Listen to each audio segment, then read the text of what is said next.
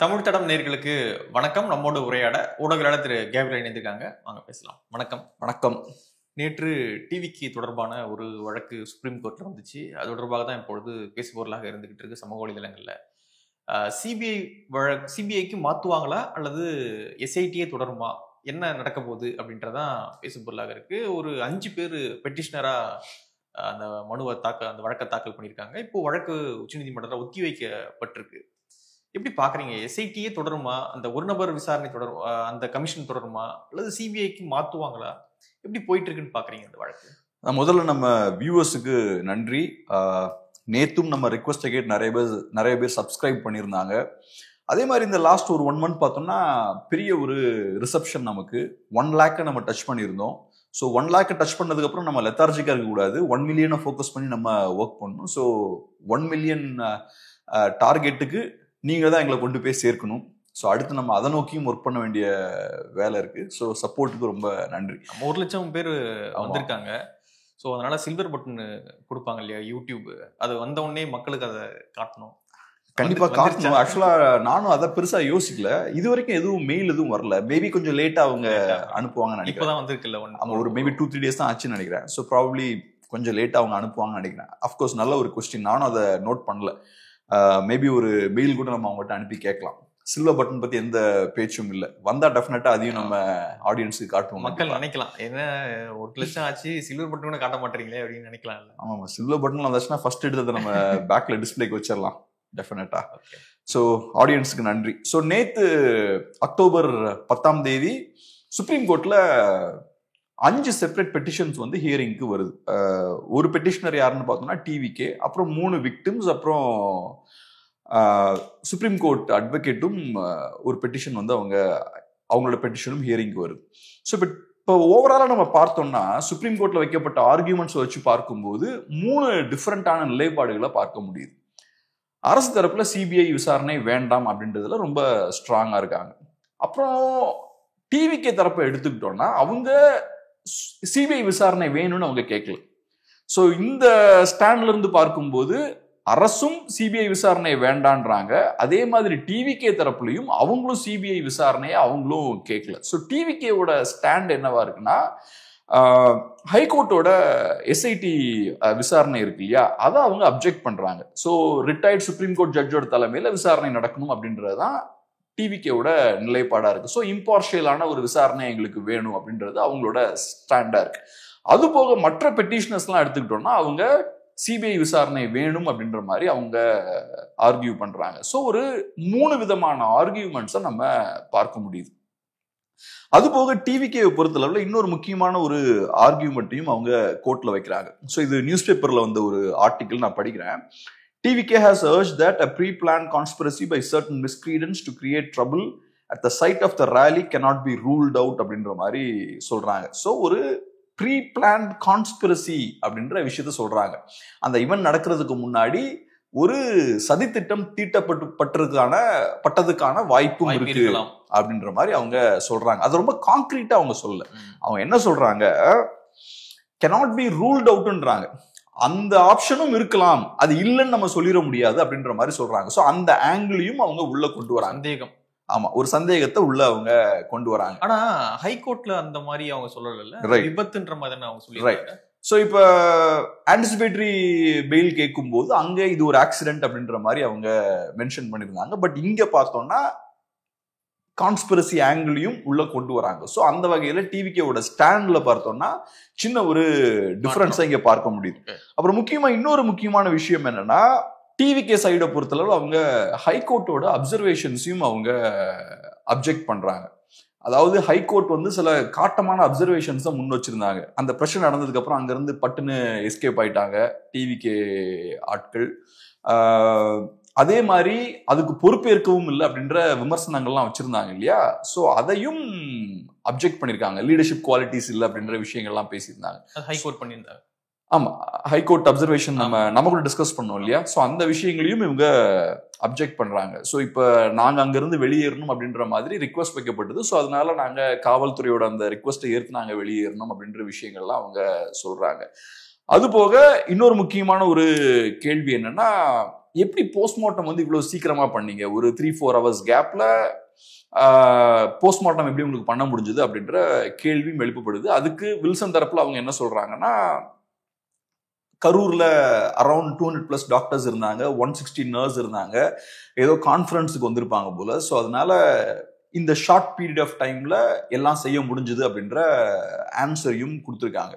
இன்னொரு பெட்டிஷனர் என்ன சொல்றாருன்னா, ரவுடிஸ் உள்ள இறங்கினாங்க, ஸோ போலீஸோட லத்தி சார்ஜ், அப்புறம் ரவுடிஸோட இன்வால்வ்மெண்ட், அப்புறம் சில பொருட்களை எறிகிறாங்க, இதெல்லாம் சேர்ந்து ஒரு அசம்பாவிதத்தை ஏற்படுத்திருச்சு அப்படின்ற மாதிரியும் இன்னொரு பெட்டிஷனர் வந்து சொல்றாரு. பட் அதுல எந்த அளவுக்கு உண்மை இருக்குன்னு தெரியல. ஏன்னா ஓவரால் நம்ம நிறைய வீடியோஸ் பார்க்குறோம், ஏகப்பட்ட வீடியோஸ் இருக்கு. அந்த மாதிரியான சம்பவம் நடந்த வீடியோஸ் ஏதாவது வெளில வந்தா டெஃபினட்டா அது வந்து வைரல் ஆயிருக்கும். பட் அந்த மாதிரியான வீடியோஸ் எதுவும் நம்ம பார்க்கல. நம்ம பார்த்த ஒரு வீடியோ என்னன்னா, பாட்டில்ஸ் எறிகிறாங்க. பட் அதுக்கு சொல்லப்படுற காரணம் என்னன்னா, அப்ப நிறைய பேர் மயங்கி விழ ஆரம்பிக்கிறாங்க, மூச்சு திணறல நிறைய பேர் இருக்காங்க. ஸோ அப்ப நிறைய அசம்பாவிதம் ஏற்படும் போது விஜய் அவர்களை நிறுத்த வைக்கணும் அப்படின்றதுக்காக, அவரோட அட்டென்ஷன் இந்த பக்கம் திருப்பணும் அப்படின்றதுக்காக நிறைய பேர் பாட்டில்ஸ் எல்லாம் எரிஞ்சிருக்காங்க. பட் அதை தாண்டி பிளான் பண்ணி கலவரத்தை ஏற்படுத்தணும் அப்படின்ற நோக்கத்தோட பாட்டில்ஸ் எல்லாம் எரிஞ்சாங்களா அப்படின்றதுக்கு எந்த ஆதாரமும் இல்லை. ஸோ இந்த பெட்டிஷனர் முன்வச்ச அந்த ஆர்கியூமெண்ட்ஸுக்கான ப்ரூஃப் இருக்கான்னு பார்த்தோம்னா நமக்கு தெரியல. மேபி அவங்க கிட்ட இருக்கலாம், நம்ம கிட்ட இல்லை. ஸோ இந்த மாதிரியான ஆர்கியூமெண்ட்ஸ்லாம் கோர்ட்ல வந்து முன்வைக்கப்பட்டிருக்கு. ஸோ மோஸ்ட்லி நம்ம இந்த லாஸ்ட் ஒரு 2 weeks டிஸ்கஸ் பண்ணோம் இல்லையா, விஜய் அவர்கள் லேட்டா வராரு, ஏன் லேட்டா வராரு, அவர் லேட்டா வராம இருந்தா இந்த மாதிரியான சம்பவம் நடந்திருக்காது, 12 மணிக்கே வந்துருவார் அப்படின்ற மாதிரி பப்ளிசைஸ் பண்றாங்க. ஸோ 9 மணில இருந்து மக்கள் வந்து கூட ஆரம்பிக்கிறாங்க, 7 மணிக்கு அவர் வராரு. இந்த மாதிரியான ஆர்கியூமெண்ட்ஸ்லாம் அங்க முன்வைக்கிறாங்க, இந்த மாதிரியான விஷயங்களை டிஸ்கஸ் பண்றாங்க. ஸோ விஜய் தரப்பை பொறுத்தளவுல அவங்களுக்கும் சிபிஐ விசாரணையில விருப்பம் இல்லை, அவங்களும் அதை ஏத்துக்கல. ஸோ இது கொஞ்சம் இன்ட்ரெஸ்டிங்கான ஒரு விஷயமா தான் இருக்கு. ஓகே, இன்னைக்கு வந்து சனிக்கிழமை, அதாவது சம்பவம் நடந்து 2வது வாரம், கரெக்டா 14வது நாள். ஒரு தலைவனை பார்க்க வந்து 41 பேர் இறந்து போறாங்க, குழந்தைகள், கர்ப்பிணி பெண்கள் எல்லாம் இருக்காங்க. ஒரு தலைவனால ஒரு 14 நாள் அமைதியாக இருக்க முடியுமா அப்படின்னு எனக்கு தெரியல. வெளியே கூட வந்து ஒரு ப்ரெஸ் மீட்டு கூட மீட் பண்ணி, எனக்கு தெரியல, வீடியோ கால்லாம் பேசுறாரு, அந்த மக்கள்கிட்ட வீடியோ கால்லாம் பேசியிருந்தாரு அப்படின்னு, உங்களை யார் வர சொன்னது அப்படின்லாம் வந்து அந்த மக்கள்கிட்டே அவர் கேட்டிருந்தாரு அப்படின்னு சொல்லிட்டு செய்திகள்லாம் வருது. ஒரு தலைவனால் 14 நாள் உள்ள இருக்க முடியுமான்னு எனக்கு தெரியல. ஒரு சின்னதா ஒரு வீடியோ ஒன்று போட்டு இருக்க முடியுமான்னு எனக்கு தெரியல.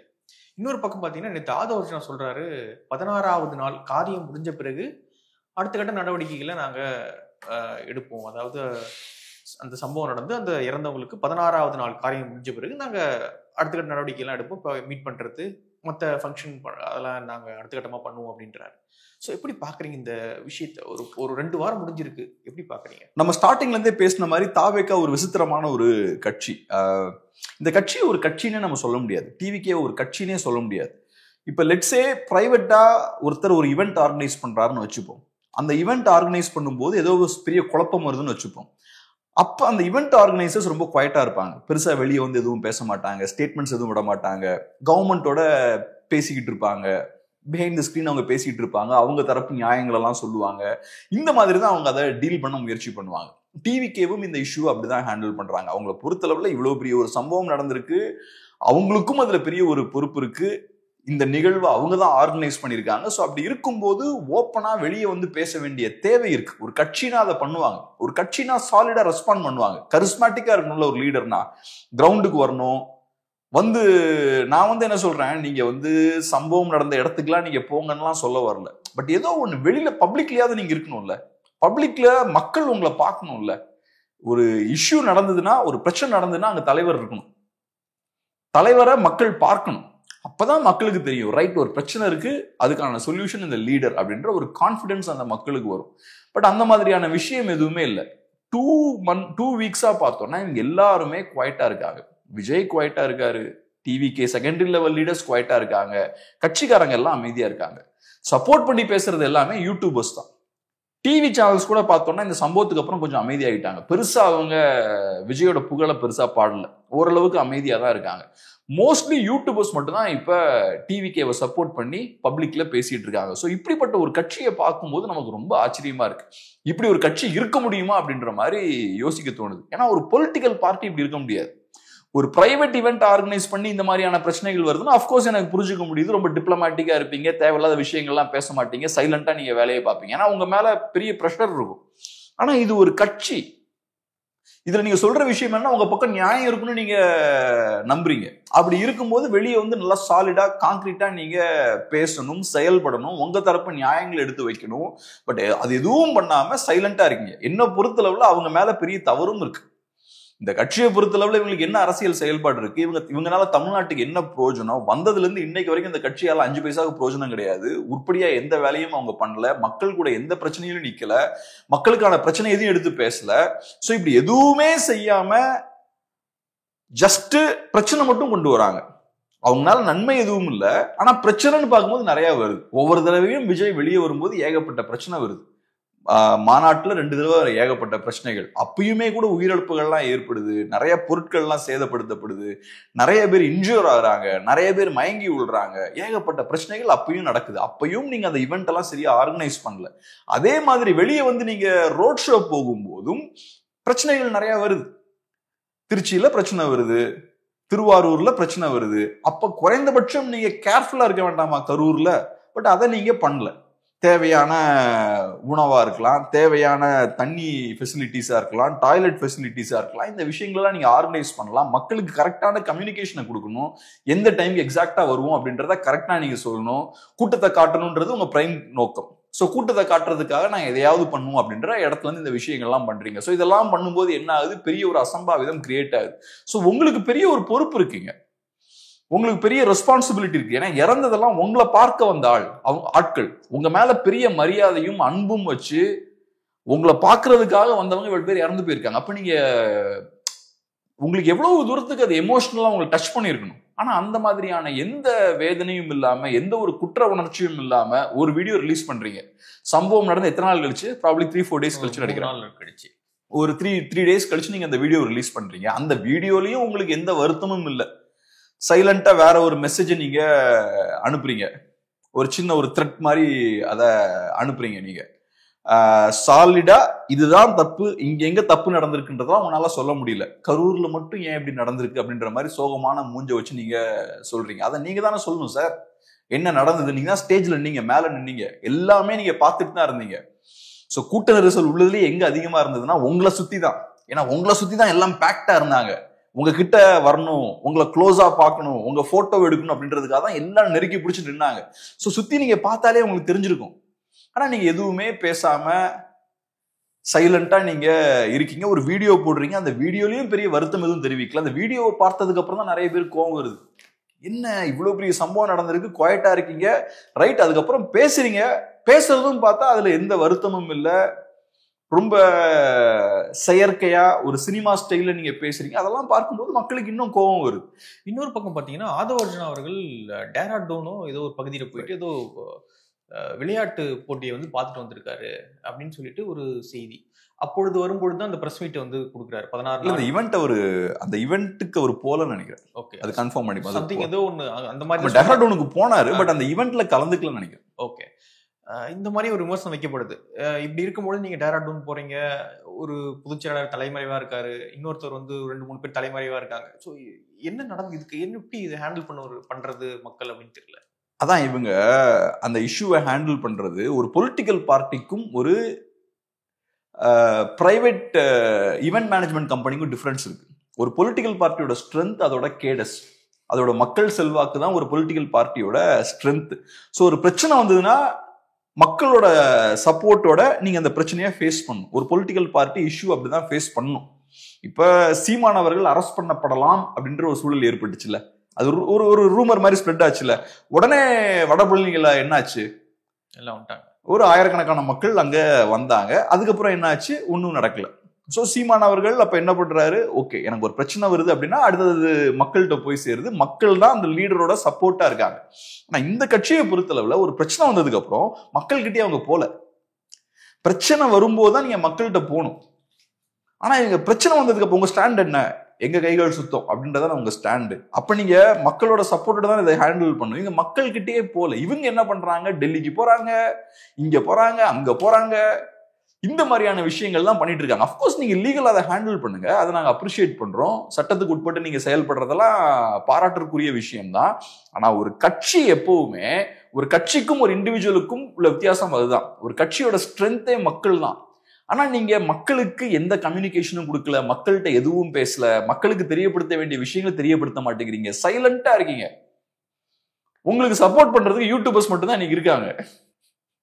ஆனா இதுல இன்னொரு பாயிண்ட் என்ன அப்படின்னா, இவங்க பார்க்கல, 14 நாள் ஒன்றும் பண்ணல, தலைமறைவு, இதெல்லாம் ஓகே, இது எல்லாமே அவங்க மேல இருக்கிற பிரச்சனை நம்ம சொல்றோம். ஆனா அவங்க இன்னொன்னு கிளப்பி விடுறாங்க, இது சதி நடந்திருக்கு அப்படின்னு ஒரு விஷயத்த வந்து லைட்டா அப்படியே போற போக்குல சொல்றாங்க. மக்களும் அதை நம்புறாங்க. இவங்க தப்பிச்சு போனது, இவங்க தலைமறைவா இருக்கிறது, இவங்க மக்களை பார்க்கல, இவங்க லேட்டா வராங்க, இவ்வளவு பிரச்சனைகள் இருக்கும் பொழுதும் இவங்க சொல்ற ஒரு சின்னதா சதி அப்படின்ற ஒரு விஷயத்த மக்கள் உண்மையாக நம்ப ஆரம்பிக்கிறாங்க. ஒருவேளை இருக்குமோ திமுக தான் பண்ணியிருப்பாங்க, செந்தில் பாலாஜி தான் பண்ணியிருப்பாரு அப்படின்ற ஒரு டாக்கு பரவலாக வர ஆரம்பிக்குது. விஜய் மீது இருக்கிற கோவத்தை விட இங்க டிஎம்கே மீது இருக்கிற கோவம் அதிகமா இருக்கு. எப்படி பாக்குறீங்க? இப்ப டெஃபினட்டா இப்ப என்னன்னா, மக்களுக்கு நிறைய சந்தேகங்கள் இருக்கு. எனக்கே ரொம்ப ஆச்சரியம் என்னன்னா, விஜய்க்கு ஓரளவுக்கு சப்போர்ட் இருக்குன்னு வச்சுப்போமே. எல்லாரும் சப்போர்ட் பண்றாங்கன்னு சொல்ல வரல, ஓரளவுக்கு நம்ம சொசைட்டில ஒரு குரூப் வந்து விஜய சப்போர்ட் பண்றாங்க. இல்ல விஜய் மேல எந்த தப்பும் கிடையாது, அவங்க பெரிய அரசியல் மயப்பட்ட கூட்டம் இல்ல, அரசியல் ரீதியா அவங்களுக்கு பெரிய புரிதல் இல்ல, அதெல்லாம் ரைட்டு. ஆனா இவங்க விஜய நம்புறாங்க. அந்த ஒரு விஷயம் சொசைட்டில இருக்கு. இது ஆபத்தான விஷயமா தான் நான் பாக்குறேன். ஏன்னா இவ்வளவு பெரிய ஒரு அசம்பாவிதம் நடந்திருக்கு. இதுக்கு முக்கியமான பொறுப்பு விஜய் தான். அப்கோர்ஸ் அரசுகிட்டையும் நிறைய பிரச்சனை இருக்கு. நம்ம ஃபர்ஸ்ட்ல இருந்தே சொன்ன விஷயம் தான், இதுக்கு பெர்மிஷனே கொடுத்துருக்க கூடாது. ஃபர்ஸ்டே நிறைய பிரச்சனைகள் இருக்குது, நீங்க பாக்குறீங்க. கிரவுண்ட்ல நிறைய பிரச்சனைகள் இருக்கு. ஸோ இந்த மாதிரியான ஒரு சம்பவம் நடக்கிறதுக்கான சூழலை வந்து நீங்க ஒரு என்வாரன்மெண்ட்டை அலோவ் பண்ணிருக்க கூடாது, அதுக்கு பெர்மிஷனே கொடுத்துருக்க கூடாது. பப்ளிக் எவ்வளவு பெரிய நியூசன்ஸ் இது. இவங்க வந்து ஒரு ஃபேன் கிளப் தாங்க. அவங்களுக்கு ஒன்றும் பெரிய பொலிட்டிக்கல் ஸ்ட்ரென்த் எல்லாம் கிடையாது, பெரிய பொலிட்டிக்கல் ஐடியாலஜி கிடையாது. வந்து விஜயை பார்க்க வரவங்களும் விஜயோட அரசியலுக்காக எல்லாம் வரல, இது ஒரு கேட்கணும்லாம் வரல, ஒண்ணுமே கிடையாது. அது ஒரு ஃபேன் ஈவெண்ட் தான், அவர் பார்க்கணும். அவருமே அதே மாதிரி பாருங்க, பஞ்ச் பேசுறது, லைட் ஆஃப் பண்ணி, ஆமா, எதையாவது இந்த மாதிரியான கூத்துக்கள் அடிக்கிறது. ஸோ அவரும் ஒரு அரசியல்வாதியா நடந்துக்கல, ஒரு தலைவரா நடந்துக்கல. வந்து பாக்குறவங்களும் அவங்களும் அரசியலுக்காக வரல. ஸோ அப்படி இருக்கும்போது நீங்க ஒரு ஃபேன் மீட்டர் ரோட்ல நடத்துறீங்க, அப்ப பப்ளிக் எவ்வளவு பெரிய நியூசன்ஸ். உங்க ஃபேன் மீட்டர் நீங்க நடத்துறதா இருந்தா ஏதாவது ஒரு ஆடிட்டோரியம்ல போய் நடத்துங்க. விஜய் ஒரு டான்ஸை போட்டுட்டும் ஒரு பாட்டை போட்டுட்டும் உங்க ரசிகர்களுக்கு பிடிச்ச விஷயத்தெல்லாம் நீங்க பண்ணுங்க. உங்க ரசிகர்களும் ஹாப்பி, நீங்களும் ஹாப்பி, கலைஞ்சு போயிருங்க. ஆனா நீங்க அரசியல் கட்சி நடத்துறன்ற பேர்ல, அரசியல் பண்றன்ற பேர்ல ஒரு ஃபேன் மீட்டை பப்ளிக்ல நீங்க நடத்துறீங்க, ரோட்ல நடத்துறீங்க. அப்ப எல்லாருக்குமே பெரிய ஒரு தலைவலி. ஸோ இப்படிப்பட்ட ஒரு கட்சி, இப்படிப்பட்ட ஒரு தலைவர் இவ்வளவு பெரிய அசம்பாவிதத்தை ஏற்படுத்தி இருக்காரு. இது நடந்ததுக்கு அப்புறமும் அவருக்கு பெரிய சப்போர்ட் இருக்கு, ஒரு குரூப் அவரை நம்புறாங்க. அப்ப சொசைட்டி பாருங்க எந்த அளவுக்கு அடிக்ட் ஆகி போயிருக்காங்கன்னு பாருங்க. இப்போ ஒரு குடிகாரன்ட்ட போய் நீங்க கன்வின்ஸே பண்ண முடியாது. குடி உன்னோட உடம்பு கெடுத்துரும், உனக்கு டேஞ்சர், குடியை விட்டுருப்பா அப்படின்லாம் சொல்லி நீங்க அவனை கன்வின்ஸே பண்ண முடியாது. நீங்க என்ன சொன்னாலும் அவன் எனக்கு போதை வேணும்னு தான் சொல்லுவான். ஏன்னா அவனை பொறுத்தளவுல உடம்புக்கு மோசமா இருந்தாலும் பரவாயில்ல, எனக்கு அந்த நேரம் அந்த போதை எனக்கு தேவை, அதான் அவனுக்கு. அதே மாதிரிதான் இங்கேயும் பாக்குறாங்க. நீங்க மெரிட் எடுத்து வைக்கிறீங்க, இந்த கட்சியால உனக்கு ஒரு பிரயோஜனம் இல்லப்பா, இந்த கட்சியால ஆபத்துகள் நிறைய வருதுப்பா, ஃபியூச்சர் ரொம்ப டேஞ்சர் ஆயிரும்பா, அரசியலே இல்லாம ஒரு இவெண்டா, ஒரு நிகழ்வை ஒருங்கிணைக்கக்கூடிய கெப்பாசிட்டியே இல்லாம பண்ணும்போது என்ன நடக்குது பாருங்க. இதே மாதிரி நாளைக்கு அவங்க பவருக்கு வந்தாங்கன்னா இன்னும் பெரிய விபரீதங்கள்லாம் வரும்பா, திருந்துப்பான்னு சொன்னா அவங்களுக்கு புரிய மாட்டேங்குது. இல்ல இல்ல இல்ல இல்ல, விஜய் கரெக்ட் தான். ஸோ அவங்கள பொறுத்தளவுல ஆர்குமெண்ட்ஸ்லாம் எனக்கு தேவையில்லை, எனக்கு விஜயை பிடிக்கும். எப்படி ஒரு மதுபிரியருக்கு மதுபானங்கள் பிடிக்குமோ அதே மாதிரி இவங்களுக்கு இந்த அடிக்ஷன், சினிமா அடிக்ஷன் இருக்கு. ஸோ அதனால என்ன சொன்னாலும் நான் விஜய் தான் சப்போர்ட் பண்ணுவேன். உன் ஆர்குமெண்ட்ஸ் என்ன வேணாலும் இருக்கட்டும், அதை பத்தி எனக்கு கவலையே இல்லை. இது காட்டக்கூடிய விஷயம் என்ன, நம்ம சொசைட்டி இவ்வளவு மோசமா இருக்கு. ஸோ இன்னைக்கு அது போக ஜென்ரலா இப்ப ஒரு இஷ்யூ நடந்துருச்சு, அப்ப பப்ளிக் எல்லாருமே இதை பத்தி பேசுவாங்க. இன்னைக்கு தமிழ்நாட்டில் 6 கோடி மக்களுமே இதை பத்தி பேசுவாங்கன்னு நினைக்கிறேன். அப்படி பேசும்போது மக்கள் விஜய் சாதகமான ஸ்டாண்ட் எடுக்கிறாங்கன்னா அதுக்கு திமுக எதிர்ப்பும் ஒரு காரணம்னு பாக்குறேன். ஸோ நீங்க சொன்ன மாதிரி திமுக மேலேயும் மக்களுக்கு சங்கடங்கள் இருக்கு. ஸோ இந்த 4 வருஷமா நிறைய அதிருப்திகள் அவங்களுக்கு இருக்கு, ஆன்டி இன்கம்பன்சி பில்ட் ஆயிருக்கு. ஸோ விஜய் மேல தப்பு இருந்தாலுமே கூட விஜய பிளேம் பண்றதை விட இந்த சைட் பிளேம் பண்றதுக்கு அவங்களுக்கு கம்ஃபர்டபுளா இருக்கு. சோ ஒரு தவறு வரும்போது நம்ம எதுக்கு திமுக சப்போர்ட் பண்ண ஸ்டாண்ட் எடுக்கணும் அப்படின்ற மாதிரி பாக்குறாங்க. திமுக சப்போர்ட்டே பண்ணக்கூடாது அப்படின்ற நிலைப்பாட்டுல மக்கள் இருக்காங்க. இருந்தாலும் அதை பண்ணக்கூடாது அப்படிதானே பாப்பாங்க. இப்ப உங்களுக்கு கோவம் வருதுன்னு அந்த மாதிரி தானே இருக்கும். இப்ப நீங்க யூடியூபர்ஸ் நிறைய பேர் எடுத்துக்கோங்க, ஏதோ ஒரு கோவம் இருந்ததுன்னா ரைட்டு, அப்ப நம்ம ஒரு ஸ்டாண்டு தான் எடுக்கணும் அப்படின்றதுல வந்துடுறாங்கல்ல. ஸோ அந்த மாதிரியான ஒரு சூழல் மேபி இருக்கலாம். மக்களும் அப்படிதானே, நம்மள மாதிரி எமோஷனலா தான் இருப்பாங்க. மக்களும் இமோஷனல் பீப்புள் தானே எல்லாருமே. ஸோ அதனால அதிருப்திகள் அதிகமா இருக்கும் போது விஜய் கரெக்டோ தப்போ, 4 வருஷம் விஜய் ஆட்சி பண்ணல, ஸோ ரைட், அப்ப நம்ம விஜயை சப்போர்ட் பண்ணலாம் அப்படின்ற மாதிரியும் ஒரு பார்வையும் இருக்கு. ஸோ அவங்களுக்கு திமுகவை சப்போர்ட் பண்றதுக்கு அந்த மனம் அவங்களுக்கு இல்லை. ஸோ விஜய்க்கு இப்ப இருக்கக்கூடிய இந்த ஆதரவு இருக்கு பாத்தீங்களா, இது ஒரு வகையில பார்க்கும்போது திமுக எதிர்ப்பு அப்படின்னும் நம்ம பார்க்கலாம். இன்னொரு பக்கம் சீமான் அவர்கள் நீங்க ஒரு கூட்டத்தில் சொல்லும்போது சொல்றாரு, கூட்டம் கூட்டுறதெல்லாம் அதெல்லாம் ஒரு கட்சியோ தேர்தலோ கிடையாது, கொள்கையை வந்து முன்வைத்து என்ன கூட்டம் கொடுத்தோ அதுதான் வந்து எலெக்ஷன், அதுதான் வந்து ஒரு அரசியல் கட்சி அப்படின்ற மாதிரி பேசுறாரு. எப்படி பாக்குறீங்க? அதாவது விஜய் தான் சொல்றாரு கூட்டம் கூட்டிடுச்சு அப்படின்றதுனால ஒரு அரசியல் கட்சியாகவும் ஒரு இது ஒரு எலெக்ஷன், பெரிய எலெக்ஷன், ஒரு மாற்றத்தை கொடுத்துருவாரு அப்படின்னா நம்ம பார்க்க முடியாது. கொள்கையை பார்த்து வராங்கல்ல, அதுதான் மாற்றம் தரும் அப்படின்றாரு. சீண்டிக்கிட்டே இருக்காரு. சொன்ன விஷயத்துல மெரிட் இருக்கான்னு பார்த்தோம்னா இப்ப ஒரு வகையில் அது கரெக்ட் தான். ஏன்னா எந்த ஒரு கொள்கை, சித்தாந்தம், கோட்பாடு, அப்புறம் முக்கியமா பர்பஸ், ஒரு கூட்டத்தை கூட்டுறோம்னா அதுக்கு ஒரு பர்பஸ் இருக்கணும், ஒரு காரணம் இருக்கணும்ல. அதெல்லாம் இல்லாம நீங்க ஒரு கூட்டத்தை கூட்டுறீங்கன்னா அது ஒரு நியூசன்ஸ் தான். விஜயோட கூட்டம் ஸ்டார்டிங்ல இருந்து அது ஒரு நியூசன்ஸ் தான். அந்த கூட்டத்தால ஒரு பிரயோஜனம் கிடையாது. அவர் பாட்டுக்கு ஒரு 2 பேஜை பார்த்து படிக்க போறாரு, அதை தாண்டி அதுல எதுவும் கிடையாது. விஜய்க்கு அரசியல் கிடையாது, அவரோட தொண்டர்களை அவர் வழிநடத்த போறதும் கிடையாது, விஜய் சொல்றதை கேட்டு தொண்டர்கள்லாம் அரசியல் மயப்பட போறதும் கிடையாது, அரசியல் செயல்பாட்டில் ஈடுபட போறதும் கிடையாது. ஸோ இந்த கூட்டத்தை பொறுத்தளவுல அரசியல் மயப்பட்ட கூட்டமே கிடையாது. இப்படிப்பட்ட ஒரு கூட்டம் ஒன்று சேர்ந்து எதையாவது பண்றாங்கன்னா அது நியூசன்ஸ் தான். அந்த கூட்டத்துக்கு ஒரு வேல்யூவும் கிடையாது. நிஜமான ஒரு அரசியல் கூட்டம்னா அந்த கூட்டத்துக்கு ஒரு செயல் திறன் இருக்கணும், களத்துல இறங்கி பொலிட்டிக்கலா ஆக்டிவா இருக்கக்கூடிய கெப்பாசிட்டி இருக்கணும். நான் ஒரு 100 பேர் இன்னைக்கு கூடுறேன் அப்படின்னா அந்த கூட்டத்துக்கு முதல்ல ஒரு பர்பஸ் இருக்கணும். நான் எதுக்கு கூடுறேன்? நான் சும்மா எலெக்ஷன் வருது அதுக்காக கூடுறேன்னா, இல்லைன்னா சொசைட்டில நிறைய பிரச்சனைகள் இருக்கு, அந்த பிரச்சனைகளுக்கெல்லாம் நம்ம தீர்வு காண வேண்டி இருக்கு. இன்னைக்கு நம்ம 100 பேர் தான் இருக்கோம், இந்த 100 பேர் நாளைக்கு 200, 300, 400, 1000, 2000 மாறணும், அதுக்காக இன்னைக்கு நம்ம பிளானிங்காக கூடுறோம். ஸோ ஒவ்வொரு கூட்டத்துக்கும் ஒரு பர்பஸ் இருக்கணும். அப்புறம் ரைட், கரெக்டா அந்த கூட்டத்துல ஒரு தலைவர் இருப்பாரு, அவர் இவங்களை வழி நடத்துவாரு. நமக்கு இந்தந்த பிரச்சனைகள் இருக்கு, இந்த இடத்துல நம்ம இன்னைக்கு இருக்கோம், நமக்கு இன்னைக்கு பெருசா இம்பாக்டை ஏற்படுத்த முடியாது, பட் நாளைக்கு நம்ம இந்தந்த விஷயங்கள் பண்ண வேண்டி இருக்கு, அதுக்கு நம்ம இந்தந்த காரியங்களை செய்யணும், நம்ம கட்சியை வலுப்படுத்தணும், இன்னும் ஒரு 2000 பேர் நம்ம வந்து சேரணும், இதெல்லாம் பண்ணா நல்லா நடக்கும் அப்படின்ற மாதிரி ஒரு விஷனும் போக்கஸும் அந்த கட்சிக்கு இருக்கணும், ஒரு டைரக்ஷன் இருக்கணும்.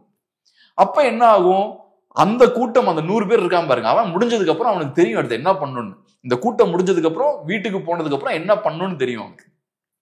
அடுத்த 6 மாசம் நான் என்ன பண்ணணும், ரைட், போய் நம்ம தலைவர் சொன்ன விஷயங்கள்லாம் பேசணும், நம்ம கட்சியோட கொள்கையெல்லாம் போய் பேசணும், நம்ம இப்ப இந்த கட்சியை வலுப்படுத்தணும், நிறைய பேர்ல உள்ள கொண்டு வரணும். ஸோ இவன் வந்து பொலிட்டிக்கல் ஃபோர்ஸ். இவன் வெறும் 100 பேரா இருந்தாலும் அந்த 1,00,000 பேரால செய்ய முடியாத விஷயங்களை 100 பேரால பண்ண முடியும்.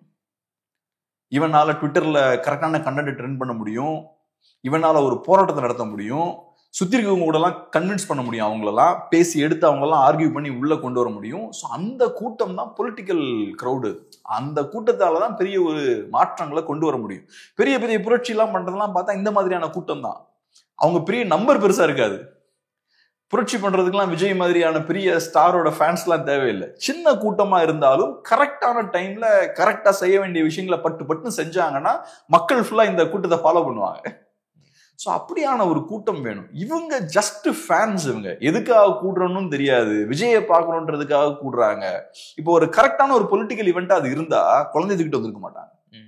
நீங்க ஏதாவது ஒரு பொலிட்டிக்கல் ஈவெண்ட்லாம் எடுத்துக்கோங்க, நல்ல பொலிட்டிக்கல் ஈவெண்ட்லாம் எடுத்துக்கோங்க, நல்ல எனர்ஜெட்டிக்கான பொலிட்டிக்கல் ஈவெண்ட்லாம் எடுத்துக்கோங்க, ஜஸ்ட் இந்த மாதிரி குழந்தைய கூட்டிட்டு வர மாட்டாங்க. மேபி சேஃபா இருக்கும், இந்த பொலிட்டிக்கல் ஈவெண்ட் நல்லா டிசிப்ளின்டா நடக்கும் அப்படின்ற புரிதல் இருந்தா குழந்தைய கூட்டு வருவாங்க. ஏன்னா சின்ன வயசுல இருந்து நம்ம பொலிட்டிக்கலா நம்ம பசங்களை ட்ரெயின் பண்ணணும்னு சொல்லுவாங்க, யோசிப்பாங்க, அப்ப கூட்டிட்டு வருவாங்க. ஆனா இந்த மாதிரி விஜய் மாதிரியான பொலிட்டிக்கல் அரசியலே இல்லாத ஈவெண்ட் இல்ல, அங்க குழந்தைகளை கூட்டு வராங்க. அது காரணமே அவங்களுக்கு தெரியல, அவன் ஜஸ்ட் விஜயை காட்டணும், ஒரு ஸ்டாரை காட்டணும் அப்படின்றதுக்காக கூட்டு வராங்க. இவ்வளவு பெரிய ஒரு கேஆஸ்ல போய் அது முடியுது. அதனால ஜஸ்ட் கூட்டங்கள் எல்லாமே ஹெல்தி கிடையாது. நீங்க சும்மா எந்த அஜெண்டாவும் இல்லாம ஒரு கூட்டத்தை கூட்டுறீங்கன்னா அது நியூசன்ஸ் தான். இப்ப இதெல்லாம் பாருங்க, இவங்க பண்ண வேண்டிய அவசியம் என்னங்க? இவங்களுக்குலாம் என்னங்க கேடு? வீட்டுல சும்மா உட்கார வேண்டியதானே? தேவையில்லாம அரசியல் பண்றேன்னு ஒரு கட்சியை ஆரம்பிச்சுட்டு அரசியலும் பண்ணல, 4 மாசத்துக்கு தான் வெளில வருவீங்க. அப்புறம் நான் வெளில வரேன் அப்படின்னு சொல்லிட்டு வெளில வரும்போது இவ்வளவு பெரிய பிரச்சனை. இப்ப திரும்ப விஜய் வெளியே வராரு, இதெல்லாம் முடிச்சுட்டு ஒரு இயல்பா திரும்ப ஒரு கூட்டம் போடலாம் அப்படின்னு வெளியே வராரு. இந்த கூட்டம் வருமா திரும்ப, இல்ல அவநம்பிக்கை ஏற்படுமா, எப்படி பாக்குறீங்க? கண்டிப்பா வரும். விஜய்க்கு கண்டிப்பா பெரிய கூட்டம் வரும். இதே கூட்டம் வரும். மேபி இதுக்கு மேலேயும் பெரிய கூட்டம் வரலாம். அவநம்பிக்கை ஏற்படாது. இந்த கூட்டம் இருக்குங்க. இந்த கூட்டத்துல நீங்க எதுவுமே பேச முடியாதுங்க. சோ இந்த கூட்டம் டெஃபினட்டா வரும். ஓட்டு போட்டுருவாங்கல்ல இவங்க? ஓட்டு கண்டிப்பா போடுவாங்க. ஃபேன்ஸ் வந்து ஒரு 5% பேர் ஃபேன்ஸா தான் இருப்பாங்க. அப்ப 26ல வந்து விஜய் ஏற்படுத்தக்கூடிய அந்த சின்ன ஒரு சலசலப்பை தடுக்க முடியாது. கண்டிப்பா ஒரு 5-10% ஓட்ஸ் வாங்குவார். நீங்க பாருங்க, விஜயோட ஃபர்ஸ்ட் டே ஃபர்ஸ்ட் ஷோ போய் பாருங்க, தியேட்டர்ல போய் இருங்க. அங்க நீங்க பார்த்தீங்கன்னா அங்க வர கிரௌட் எப்படி இருக்குன்னு பாருங்க. அதே மாதிரி ஒரு பெரிய ஒரு ஐடி கம்பெனி வாசல்லையும் போயிருங்க, அங்க வர கிரௌட் எப்படி இருக்குன்னு பாருங்க. ஒரு பெரிய ஒரு நல்ல ஒரு காலேஜுக்கும் போய் பாருங்க, அங்க வர கிரௌட் எப்படி இருக்குன்னு பாருங்க. ஸோ விஜய்க்கு வர கிரௌட் வேற ஒரு குரூப். அது இந்த கிரௌடோட கேரக்டரே வேற மாதிரி இருக்கும். பெரிய விஷயங்கள் தெரிஞ்ச எஜுகேட்டட் கிரௌட் கிடையாது. ஆனா படிச்சிருக்கலாம் மாட்டாங்க. இது எப்படி படிச்சுட்டு அங்க ஃபர்ஸ்ட் டே ஃபர்ஸ்ட் ஷோ போயிட்டு விசில் அடிச்சுட்டு இருப்பாங்களா? மேபி கொஞ்சம் பேர் அப்படி இருக்கலாம். இப்ப ரஜினி படம் வருது, விஜய் படம் வருதுன்னா படிச்சவங்களும் போவாங்க. அஃப்கோர்ஸ் ஒரு நாள் போவோமே, எல்லாம் ஃப்ரெண்ட்ஸ்லாம் சேர்ந்து போவோமேன்னு போவாங்க. ஆனா வந்துகிட்டு டான்ஸ் ஆடிக்கிட்டு பால் அபிஷேகம் பண்ணிட்டு, அதான் நான் ஃபர்ஸ்ட் டே ஃபர்ஸ்ட் ஷோ சொல்றேன், அந்த வேலையெல்லாம் அவங்க பார்க்க மாட்டாங்க. விஜய் உடனே மீட்டிங் போட்டாருன்னா அங்க போய் நிக்க மாட்டாங்க. நீங்க நல்லா பாத்தீங்கன்னா எப்பவுமே இந்த மாதிரி நிறைய இறக்குறதெல்லாம் நீங்க பாக்குறீங்கல்ல. இந்த மாதிரியான இறப்பா இருக்கலாம், ஸ்டாம்பேஜ், இந்த மாதிரி ரிலிஜியஸ் ஈவெண்ட்ஸ்லாம் போய் பாதிப்புகளை ஃபேஸ் பண்றது எல்லாம் பார்த்தா சாதாரண மனிதர்களா இருப்பாங்க. அப்பர் மிடில் கிளாஸ் ஆட்கள் ரொம்ப குறைவா தான் இருப்பாங்க. லோவர் மிடில் கிளாஸ் ஆட்கள் தான் அதிகமா இருப்பாங்க. என்ன மாதிரியான பாதிப்பு வந்தாலுமே லோவர் மிடில் கிளாஸ் தான் ஃபர்ஸ்ட் அஃபெக்ட் ஆவாங்க. அது கலவரமா இருக்கலாம், வன்முறை சம்பவங்களா இருக்கலாம், எதா இருந்தாலும் லோவர் மிடில் கிளாஸ் தான் ரொம்ப அஃபெக்ட் ஆவாங்க. ஸோ அதனால எப்பவுமே அது இருக்கிற விஷயத்த நம்ம பார்க்க முடியும். ஓரளவுக்கு படிச்சவங்க மேல இருக்கவங்க ஓரளவுக்கு அவங்க இதுல பெருசா அவங்க பார்ட்டிசிபேட் பண்ண மாட்டாங்க. ஸோ கீழே இருக்கவங்க நீங்க ஈஸியா ஏமாத்திடலாம். அவங்களுக்கு லைஃப்ல நிறைய வெறுமை இருக்கும், நிறைய எம்டினஸ் இருக்கும், அவங்களுக்கு பெரிய ஹோப் இருக்காது. அடுத்து நம்ம எங்க போறோம், என்ன பண்ண முடியும் அப்படின்ற ஹோப் இருக்காது. சின்ன வயசுலயே உங்களுக்கு கிளியரான விஷனும் கிளியரான ஹோப், ஒரு என்ன பண்ணலாம் அப்படின்ற ஒரு கிளாரிட்டி இருந்ததுன்னா இதெல்லாம் உங்களுக்கு பிரச்சனையே இருக்காது. இப்ப எனக்கு வந்து ஸ்கூல் படிக்கும் போது ஒருத்தர் எனக்கு தெரியும். அவர் எப்படின்னா, அவருக்கு டாக்டர் ஆகணுன்றது வெறி, பயங்கரமா படிப்பார். நைட்லாம் தூங்கும் போது நிறைய தண்ணி குடிச்சிடுவாரு. அது காரணம் என்னன்னா, கரெக்டா காலையில் எந்திரிக்கணும் அப்படின்றதுக்காக நைட் நிறைய தண்ணி குடிச்சிட்டு படிப்பார். ஸோ அந்த அளவுக்கு வெறி. எனக்கெல்லாம் ஆச்சரியமா இருக்கும், எப்படா இப்படி படிக்கிறாங்க, நான் முக்கால்வாசி ஃபெயில் ஆயிடுவேன். அது காரணம் என்னன்னா, அதான் ஒரு கிளியரான ஒரு விஷன் இருக்கு, நான் ஒரு டாக்டரா இருக்கும். அவருக்கு மைண்ட்ல ஒரு கான்செப்ட் இருக்கு, ஒரு ஸ்டெதஸ்கோப்லாம் போட்டு அந்த கோட்லாம் போட்டுட்டு அப்படியே வைத்தியர்லாம் பார்க்குற மாதிரியான ஒரு விஷன் அவருக்கு இருக்கு. அது இருந்ததுன்னா அவன் விஜய் கிட்ட போவே மாட்டான், வேஸ்ட் பண்ண மாட்டான், டைம் வேஸ்ட் பண்ண மாட்டான். எல்லாருக்குமே அந்த அளவுக்கு கிளியரான விஷன் இருக்குன்னு நான் சொல்ல வரல, ஆனா கொஞ்சமாவது இருக்கணும்ல.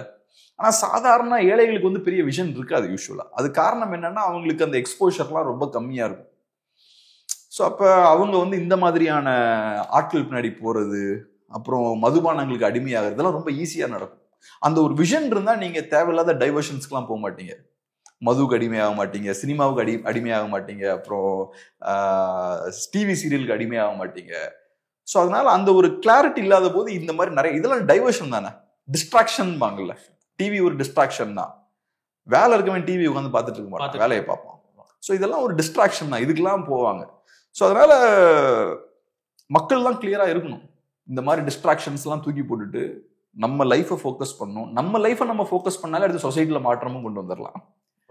நான் முதல் என் வேலையை கரெக்டாக பண்ண ஆரம்பிச்சிட்டேன்னா எல்லாருமே கரெக்டாக பண்ண ஆரம்பிச்சுன்னு வச்சுக்கோங்க. அப்புறம் ஆட்டோமேட்டிக்காக அடுத்து நம்ம எங்கே போவோம், நான் என் வேலையை கரெக்டாக பண்ணுறேன், பட் இருந்தாலும் எனக்கு சிக்கல் இருக்குன்னா அப்போ யோசிப்போம், சிக்கல் இங்கே இல்லை நம்மகிட்ட இல்லை, அங்கே இருக்கு.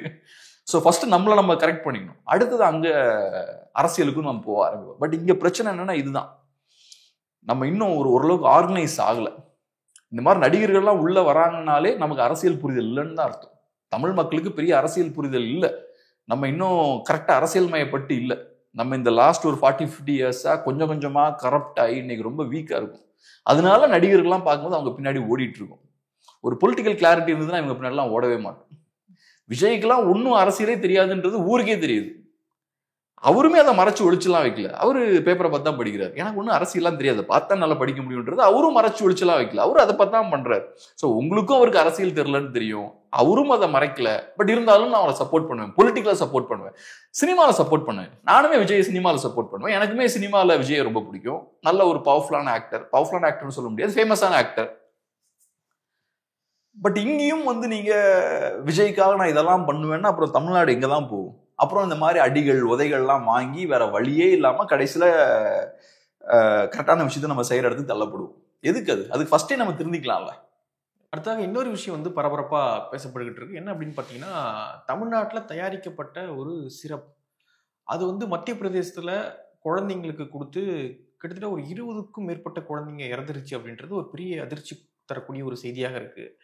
மத்திய பிரதேச அரசாங்கமே வந்து சொல்றாங்க, தமிழ்நாடு அரசாங்கம் சரியா இதை கவனிக்காம விட்டுட்டாங்க, செக்லாம் பண்ணாம அந்த இன்ஸ்பெக்ஷன்லாம் போகாம விட்டுட்டாங்க. ஸோ அதன் விளைவாக இன்னைக்கு 20 குழந்தைங்க இறந்துட்டாங்க அப்படின்னு மத்திய பிரதேச அரசாங்கம் தமிழ்நாட்டு அரசாங்கத்தின் மீது குற்றச்சாட்டு வச்சிருக்காங்க. 2 அதிகாரிகளை வந்து சஸ்பெண்ட் பண்ணியிருக்காங்க தமிழ்நாடு அரசு. 14 ஆண்டுகளாக சரியா ஆய்வுக்கே போல அப்படின்ற அதிர்ச்சியான தகவல்லாம் வந்திருக்கு. சம்பந்தப்பட்ட அந்த நிறுவனத்தினுடைய தலைவரை வந்து ஓனரை வந்து மத்திய பிரதேச அரசாங்கம் கைது பண்ணியிருக்காங்க, காவல்துறை. எப்படி பாக்குறீங்க? இது பெரிய தலைகுனிவாக பார்க்கப்படுது. எப்படி பாக்குறீங்க இந்த விஷயத்த? அதான் இப்போ ஒரு வருத்தமான ஒரு விஷயம் என்னன்னா, நம்ம இந்தியால இது தமிழ்நாட்டுக்கும் பொருந்தும், சாதாரண விஷயங்களுக்கு மக்கள் இறக்குறத பார்க்கும்போது ரொம்ப கவலையா இருக்கு. இப்ப 22 பேர் இறந்துருக்காங்களா? ஆமா, 20ன்றாங்க சில பத்திரிகை, 22. ஆமா, ஏறக்குறைய 20-22 பேர். பேர் இல்ல, குழந்தைகள், ஆட்கள் இல்ல. ஆமா, சின்ன குழந்தைகள் இறக்குறாங்க. ஸோ இப்போ இதெல்லாம் மற்ற பெரிய நாடுகள்லாம் அது நடக்கிறத நம்ம பார்க்கவே முடியாது. ஸோ இங்கே பார்த்தா சிஸ்டம் வந்து கம்ப்ளீட்டாக ஒரு புரோக்கன் சிஸ்டம் இங்கே இருக்குது. கரெக்டாக இருக்குது. ஒவ்வொரு சின்ன விஷயத்துக்கும் மக்கள் உயிரிழக்கிறத பார்க்க முடியுது. இப்போ ரோட்டில் பார்க்குறோம், ரோடு வந்து ப்ராப்பராக இல்லை, நிறைய ஆக்சிடென்ட்ஸ் நடக்கிறத பார்க்க முடியுது. நம்மளே சும்மா ஜஸ்ட் ரோட்டில் போகும்போது சும்மா டம்முன்னு சின்ன சின்ன வாகனங்கள், 2 வீலர்லாம் விழுறத நம்மளே பார்க்குறோம். ஏன்னா ரோடோட கண்டிஷன் அவ்வளோ மோசமாக இருக்குது. ஒரு விஷயத்த சரி பண்ணணும்னா அதுக்கு சில உயிர்கள் போக வேண்டிய சூழல் ஏற்படுது. ஸோ இதை பார்க்கும்போது நமக்கே ரொம்ப வேதனையாக தான் இருக்கு. கள்ளச்சாராய மரணங்கள் கள்ளக்குறிச்சியில், அதெல்லாம் பாருங்க, அங்கேயும் இதே மாதிரி தான். கம்ப்ளீட்டா சிஸ்டம் ஃபெயில் ஆகுது, மக்கள் இவ்வளவு பேர் இறக்குறாங்க, 60க்கும் மேற்பட்ட மக்கள் வந்து அங்க இறக்குறாங்க. ஸோ ஒரு சாதாரண விஷயம், மதுபானங்கள் அருந்தணும், ப்ராப்பரா டாஸ்மார்க்ல போய் வாங்கணும்னா நிறைய பணம் செலவாகும், கையில் அவ்வளோ பணம் இல்லை. ஸோ இவங்க என்ன பண்ணுறாங்க, ஏழ்மை காரணமாக இந்த மாதிரியான விஷயத்தை போய் குடிக்கிறாங்க. குடிக்கும்போது இவ்வளோ பெரிய பாதிப்பு அவங்களுக்கு ஏற்படுது, ஏகப்பட்ட பேர் இறக்குறாங்க. எல்லா விஷயத்துக்கும் இந்த மாதிரி இறந்துட்டு இருக்காங்க. ஸோ இங்கே ப்ராப்பராக நமக்கு ஒரு சிஸ்டம் இருக்கு, அதுபடி எல்லாமே ஃபங்க்ஷன் ஆயிருந்தா, அந்த சிஸ்டம் கரெக்டாக ஃபங்க்ஷன் ஆயிருந்தா இந்த மாதிரியான ஒரு சம்பவம் நடந்திருக்காது. இப்போ சொல்றாங்க ஏதோ 300க்கும் மேற்பட்ட வயலேஷன்ஸ் இருக்கு, இப்போ அந்த கம்பெனியோட லைசன்ஸை வந்து கேன்சல் பண்ணியிருக்காங்க, ஓனரை கைது பண்ணி. ஆமா, அந்த கம்பெனியை நீங்க பாத்தீங்கன்னாலே ஆச்சரியமா இருக்கு. ஒரு ஃபார்மா கம்பெனி நம்ம என்ன எதிர்பார்ப்போம், ஒரு குவாலிட்டி ஸ்டாண்டர்ட்ஸ் இருக்கணும், கிளீனா இருக்கணும், நீட்டா இருக்கணும். நான் ஆக்சுவலா நிறைய ஃபார்மா கம்பெனிஸோட ஒர்க் பண்ணியிருக்கேன்.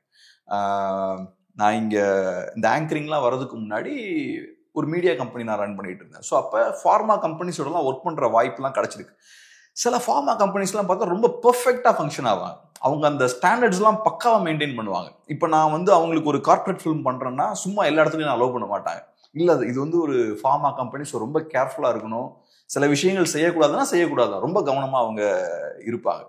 ஸோ அந்த வகையில் அந்த குவாலிட்டி ஸ்டாண்டர்ட்ஸ் இந்த விஷயங்கள்லாம் பக்காவாக மெயின்டைன் பண்ணுற ஆட்கள் நான் பார்த்துருக்கேன். ஓனர்ஸே ரொம்ப பர்சனலாக இறங்கி ரொம்ப கவனமாக இருப்பாங்க. அந்த கம்பெனிஸ்லாம் பார்த்தாலே தெரியும், நல்லா நீட்டாக வெல் மெயின்டைன்ட் கம்பெனிஸ் அதெல்லாம் இருக்கும். ஏன்னா முக்கியமான ஏரியாவில் நாளைக்கு நீங்கள் நோயாளிகளுக்கு மருந்தெல்லாம் கொடுக்குறீங்கன்னா அது ப்ராப்பராக ஃபங்க்ஷன் ஆகும். இங்க ரொம்ப மோசமான ஒரு சூழலை ஏற்படுத்துறீங்க, 22 பேர் இறந்துட்டாங்க. ஸோ இறக்கலன்னா கூட பரவாயில்ல, சில நேரங்களில் உங்க ஃபார்முலா கரெக்டா இல்லை, சில பிரச்சனைகள் இருந்ததுன்னா வேற மாதிரியான நோய்கள் வர்றதுக்கான வாய்ப்பு இருக்கு, வேற டேமேஜ் ஏற்படுறதுக்கான வாய்ப்பு இருக்கு, அந்த மருந்து சரியா ஒர்க் ஆகாம இருக்கிறதுக்கு வாய்ப்பு இருக்கு. ஸோ அதனால பெர்ஃபெக்டா எல்லாத்தையும் கரெக்டா கவனிக்கணுன்றதுல ரொம்ப கேர்ஃபுல்லா இருப்பாங்க. அப்படி இருக்கும்போது இந்த கம்பெனியை பார்த்தா ஏதோ ஒரு தகர ஷெட்டு மாதிரி இருக்கு. ஆமா, எந்த ஒரு கைலாங்கடை மாதிரி. ஆமா, ஒரு ஃபார்மா கம்பெனி இப்படியா இருக்கும், அது மாதிரி இல்ல.